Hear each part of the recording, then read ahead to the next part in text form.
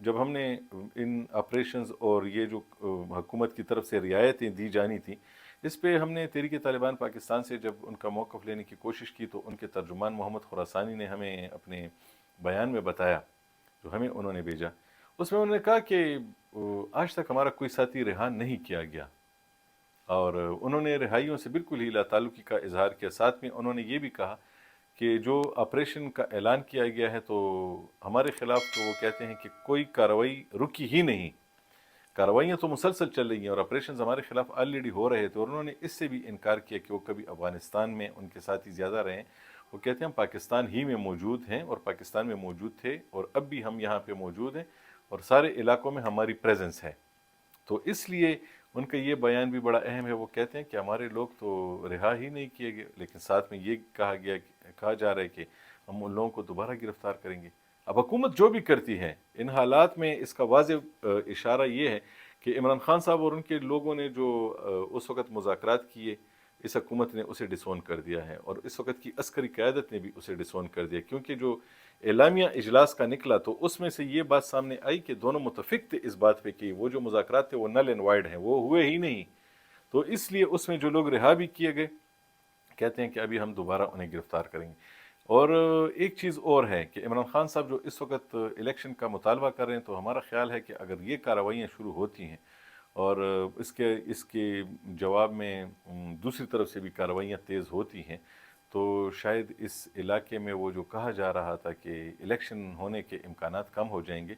تو میرا خیال ہے کہ اس سے فوری طور پہ جو اثر پڑے گا وہ یہی ہوگا کہ عمران خان صاحب کی جو خواہش ہے کہ پنجاب اور خیبر پختونخوا میں الیکشن ہو، تو خیبر پختونخوا میں تو کم از کم اگر یہ حالات بنتے ہیں اور پہلے آپریشنز جیسی صورتحال ہوتی ہے تو اس میں تو یہ امکان نہیں ہے کہ الیکشن جو ہے وہ اس کے کوئی امکان نظر آئیں۔ ہاں ایک چیز جو اور ہے وہ جس پہ میں نے تھوڑی سی کوشش کی، افغانستان کی طرف سے حکومت سے بھی بات کی کہ انہوں نے جو ہمارے وزیر دفاع اور D G I S I گئے تھے کابل، اور انہوں نے جو ان سے ڈائریکٹ بات کی تھی ٹی ٹی پی کی بجائے انہوں نے افغان حکومت سے بات کی تھی، اس کا کیا اثر ہوا ہے اس وقت حالات پر؟ تو اس میں ہمیں جو سوسائٹی میں جو تھوڑی چینج نظر آئی ہے وہ یہ ہے کہ لگ رہا ہے کہ افغان طالبان کی جو حکومت ہے افغانستان میں، انہوں نے پاکستان کی اس ریکویسٹ کو آنر کیا ہے، اور اس میں انہوں نے ٹی ٹی پی کو واضح پیغام دیا ہے جس کا اشارہ ٹی ٹی پی کے خیبر پختونخوا میں جو ارد گرد جو اس وقت حالات ہیں،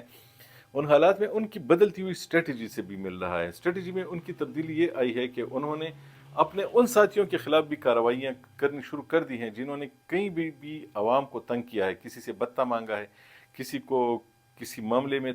تنگ کیا، اس کو مجبور کرنے کی کوشش کی۔ تو جب یہاں سے شکایات درج ہوئیں تو انہوں نے اپنے ان لوگوں کے خلاف کارروائیاں کی، اور انہوں نے یہاں کے لوگوں کو یہ امپریشن دینے کی کوشش بھی کی کہ ہم تو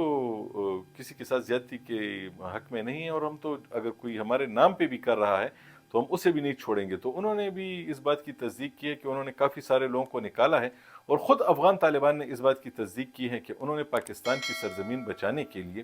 انہوں نے ٹی ٹی پی سے بھی بات کی ہے، اور ہر کسی سے وہ بات کریں گے کہ اگر وہ افغانستان میں موجود ہے تو وہ افغانستان کی سرزمین پاکستان کے خلاف استعمال نہیں کریں گے۔ یہ کچھ ایسی ڈیولپمنٹس ہیں، اور ان ڈیولپمنٹس کے ساتھ ہی یہ جو چل رہا ہے، ابھی جو بات سامنے آئی ہے کہ پشاور کے پولیس لائن میں جو حملہ ہوا تھا اس کا بدلہ لینے کے لیے اور اس قسم کے حملوں کو مزید روکنے کے لیے یہ جو آپریشن شروع ہو رہا ہے، تو اس نے ایک چیز تو کی ہے کہ یہ جو پختون ریجن ہے اس میں کافی پریشانی کی لہر دوڑی ہے۔ تو حکومت کو بھی چاہیے کہ جتنی جلدی ہو سکے وہ اس معاملے میں اپنی پوزیشن کو کلیئر کرے، اور خیبر پختونخوا میں بھی جو قیادت اس وقت خصوصاً جمعیت علماء اسلام کی حکومت یہاں لگ رہی ہے جو موجود ہے، گورنر بھی ان کا ہے، باقی لوگ بھی ان کے ہیں، اور وزراء بھی ان کے لگائے ہوئے ہیں، چیف منسٹر بھی ان کا منظور نظر ہی ہے، باقی تحریک انصاف نے بھی اس کی حمایت کی تھی جب وہ آئے تھے امام اعظم خان صاحب چیف منسٹر بن کے نگران۔ تو ان کی بھی یہ ذمہ داری ہے کہ اپنے لوگوں کو تسلی دینے کے لیے وہ جلد از جلد کچھ کریں تو یہ بہتر ہوگا، کیونکہ اس وقت لوگ کافی پریشان ہیں، اور وہ جو لوگ اپنے اپنے علاقوں میں گئے بھی تھے اب وہ واپس شہروں کی طرف آنے کی کوشش کریں گے، جس کے بعد شہروں پہ مزید لوڈ بڑھے گا۔ تو اس وقت ضرورت اس بات کی ہے کہ اس آپریشن کے حوالے سے جو لوگوں کے ذہنوں میں جو سوالات ہیں تو جتنی جلدی ان کا جواب ملے گا تو یہ بہتر ہوگا۔ اگلے ویلاگ کے ساتھ آپ کی خدمت میں دوبارہ حاضر ہوں گے خیبر پختونخوا اور اس ریجن کے حوالے سے۔